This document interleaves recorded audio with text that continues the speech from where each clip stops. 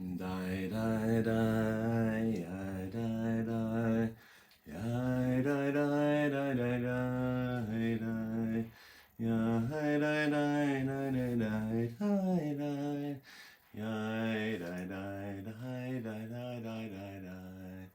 Yeah, die, die. Yeah, die, die, die, die, die, die, die. Yeah, die, die, die, die.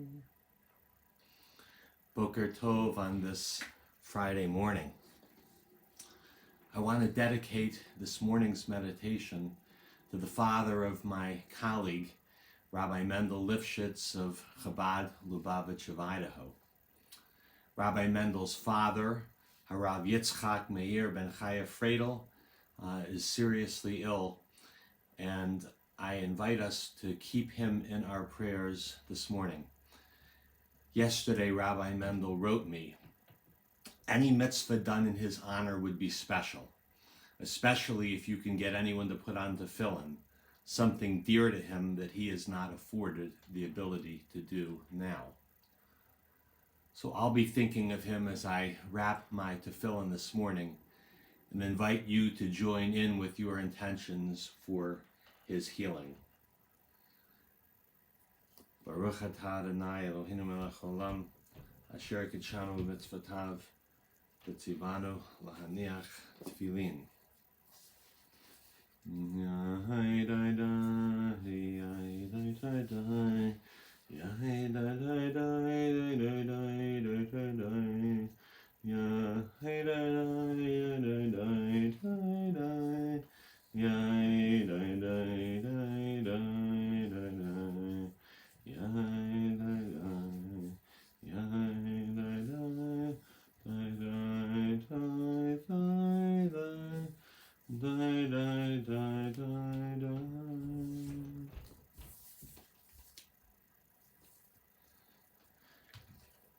for the head, Baruch atah Adonai Eloheinu melech haolam asher kitshanu b'mitzvotav v'tzivanu al mitzvat tefillin.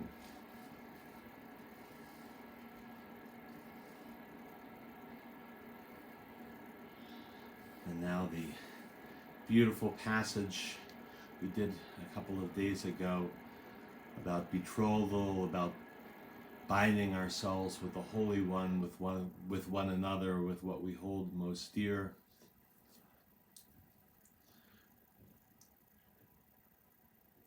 V'yirstich li le'olam, v'yirstich li b'tzedek, v'mishpat, v'chesed, v'rachamim, v'yirstich li b'emunah, v'yadat Adonai. May be bound in faithfulness, in justice, and in rigor, and in mercy, and in love. May we be bound forever in faith and know the Holy One. Die, die, die, die, die, die, die, die, die.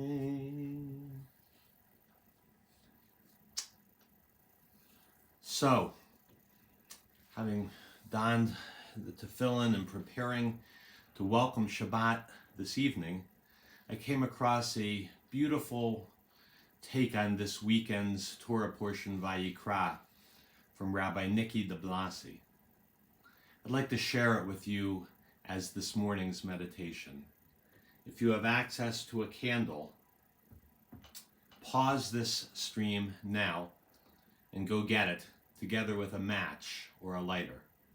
You will use it in just a few minutes and unpause when you are ready.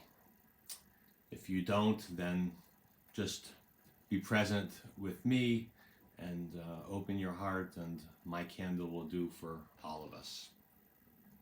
So now on to Rabbi de Blasi's meditation. We'll begin first with Modani, we give thanks. Modani lefanecha, melech chai v'kayam, shehechazarta bihi nishmati bechemla, rabba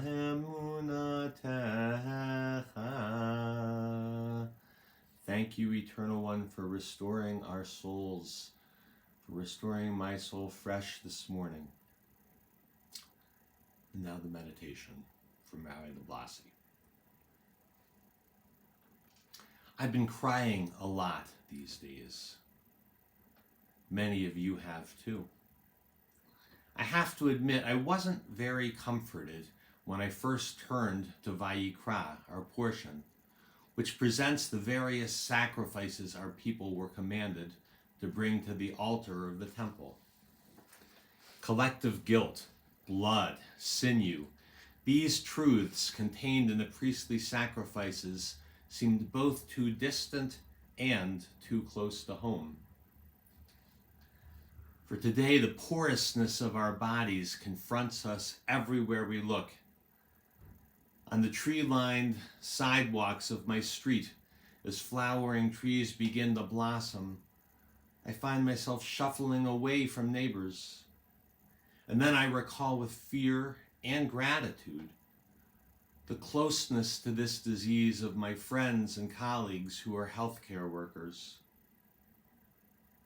What a time to read of the sacrifices of our people and their awe, which we understand so differently now, of our bodily fluids and the precarious barrier between life and death. And then a particular verse caught my eye. You shall season every offering of meal with salt. You shall not admit from your meal offering the salt of your covenant with God. All of your offerings you must season with salt. Immediately, photos of emptied grocery shelves flashed on my mind. No milk, no flour, no bread, no toilet paper, no disinfectant, paper towels, vinegar, pasta, medical masks, latex gloves, but salt, salt in abundance. So why were all the sacrifices seasoned with salt? Here, the commentary takes us back to the story of creation. In the beginning, all was chaos, says the Midrash, and the waters were united. It was not until the second day that God separated water from water. So imagine how it felt, as it were, for those waters, united for a day, for the eye blink of an eternity, before there was anything at all, anything but God and the unformed void. Then God begins the great act of creation, and in that act of creation, God made something new for the waters: distance, separation. Now, today, in what must have seemed a moment to some and in others an agonizingly slow few weeks as the virus has spread across the globe, our human family has faced a new and stark separation. We have retreated to separate abodes, water divided from water. The Midrash teaches the consequence of this separation was tears. As it notes, Rabbi Berechia said, the waters below did not separate from those above except with weeping. Here is the salt.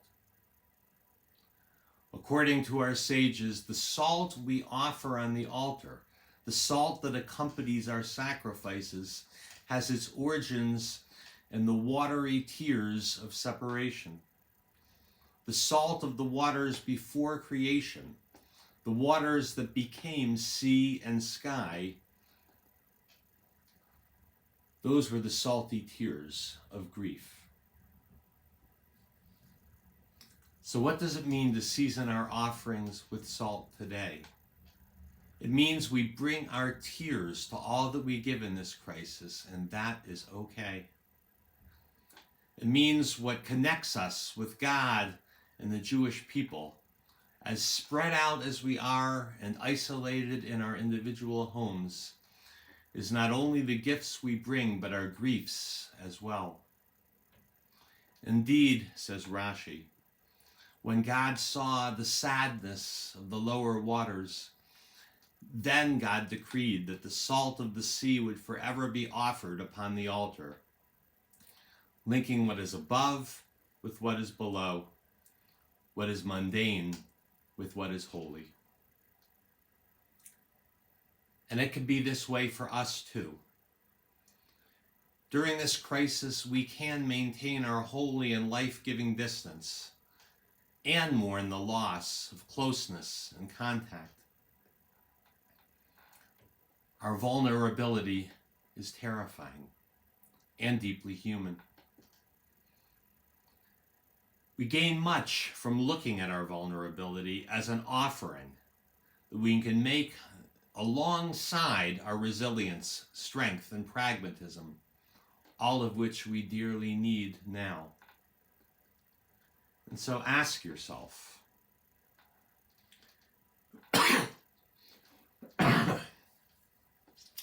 what sacrifices have I made to benefit the public good during this crisis?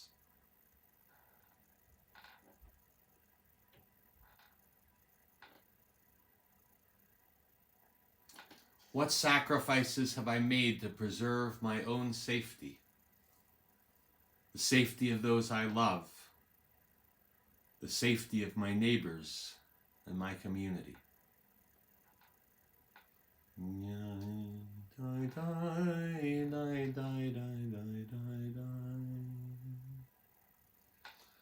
So I invite you now, if you have one, to light your candle, or to be with me as I light mine.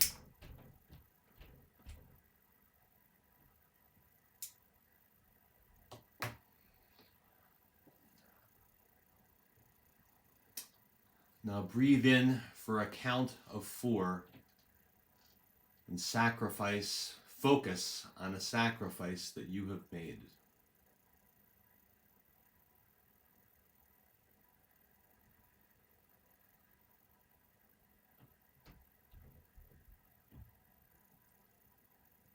And breathe out for a count of 4.